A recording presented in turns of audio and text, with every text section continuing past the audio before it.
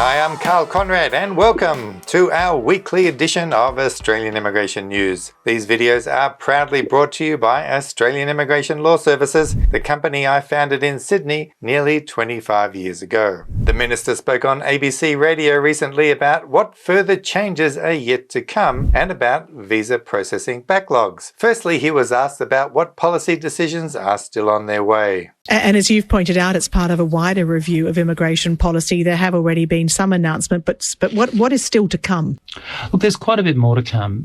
The Parkinson review was handed to government some months ago. We're working through and that was into specifically? Well, look, into the migration system more broadly, skilled migration in particular. That was something that came out of the Jobs and Skills Summit about a year ago, and a recognition that we weren't getting the outcomes that we were seeking out of our skilled migration system. We weren't getting the answers we need, either for a prospective migrants' point of view, in that global race for talent we're engaged in, but also in our national interest. So that's a big bit of work. And there's further work to be done in terms of integrity. We're not interested in set and forget here. That's the problem that took place under the former government. We're interested in focusing on building a migration system with migration policies that serve the national interest and ensuring that those policies are effectively administered. That's how we've got the visa backlog down. That's how visas are being turned around. Families are being reunited. Employers are able to engage staff. And a warning here before we play some more. Many of our viewers who have been waiting years for their visas to be processed may find the following a little distressing. You've still got a big backlog though. We don't. The visa backlog is down. So what's the average time for processing now?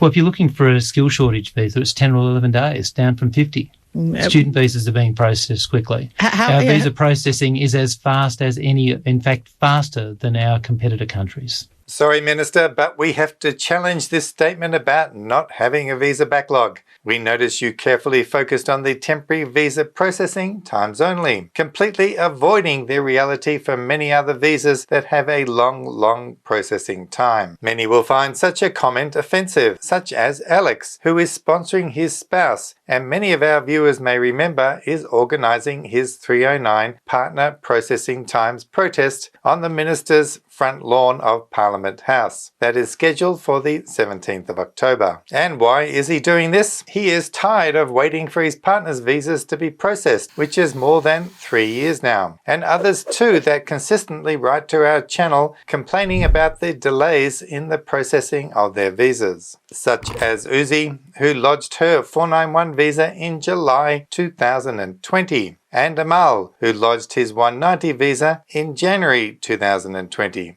And poor Angad, who lodged his 189 visa in December 2018 and asks any hope.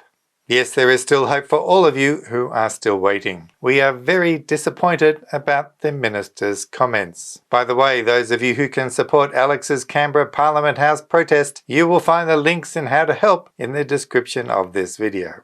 And at least there have been some invitations happening out there, even if the 189 visa ones are currently dormant. Tasmania has already used 1/3 of its 190 allocations and nearly a quarter of its 491 quota. So far, 211 190 nominations have been used and 161 of the 491 allocations. It's good to see how a state is being transparent about the numbers it has on hand, as to be sure people are not given false hope of their chances of success.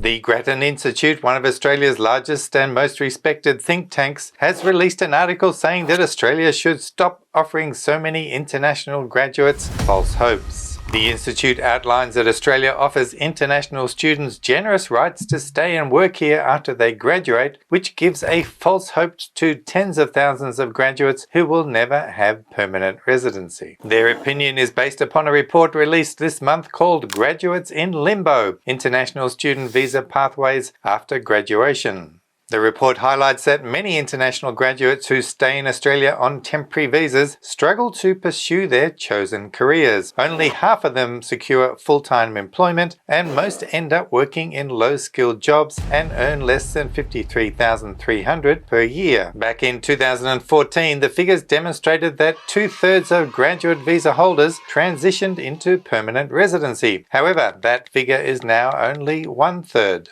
Of those unable to make the transition, 1 in 3 graduates return to further study, mostly in cheaper vocational courses, to prolong their stay in Australia. The report believes the federal government policy is moving in the wrong direction, and that the recent decision to allow many graduates to stay and work for even longer periods is a big driver of why the number of temporary graduate visa holders in Australia will almost double to about 370,000 by the end of this decade. The Institute says this erodes public trust in our migration program. It hurts the long-term prospects of those graduates who do stay permanently, and it's unfair to graduates who invest years in Australia with little prospect of securing permanent residency. The Institute sees one of the main benefits of the graduate skilled visa is using it as a filtering tool to help select the best graduates for permanent residency. So getting the best students to stay is incredibly important, but the question becomes, well, how do you know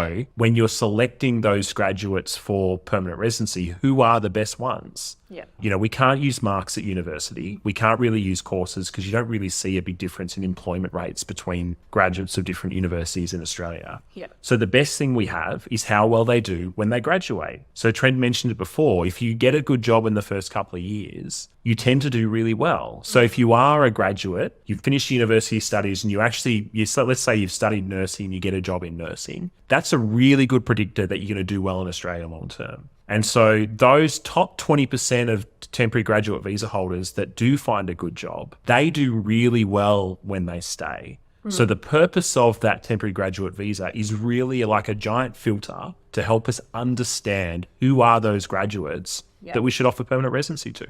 They also believe that the graduate visa duration is now too generous and should be wound back. On our assessment, looking at our sort of comparable countries, Canada, New Zealand, UK, our post-study work rates are now much more generous than anyone else. So I think we've gone too far, so we think we should wind it back a bit. Now, an important issue is the purpose of the graduate visa, and that is what has come into the spotlight. Those who are not lucky enough to get jobs directly in their occupations look to whatever opportunities may be out there. However, the main problem here is actually the Australian employers themselves. They are often reluctant to give opportunities to people who are not at least permanent residents. Trying to wind back the extra time phrase given recently for the graduate visa will only reduce an international student's ability to source good jobs. Of course, the government loves the graduate visa at the moment, for it is assisting to fill the current skills shortages. However, the Grattan Institute have their own opinion about the graduate visa being used just to plug shortages. A lot of people have said international graduates are working in jobs to meet skill shortages, aged care being one of the ones that's mooted. Why do we think that that shouldn't be the purpose of this visa? Why is meeting skill shortages not the right objective? Why is it a bad idea to have graduates, these international graduates, fill those roles? Well, it's probably not going to give you a great aged care system if people do this for a couple of years and then they eventually leave. And if you do give them PR, if they get permanent residency, well, then why would you stay in aged care earning a pretty poor wage when now that you've got permanent residency, you can go work somewhere else? So it's probably not a well-designed aged care system if you're cycling international temporary visa holders, international graduates through. It's going to contribute to the sort of disgruntlement of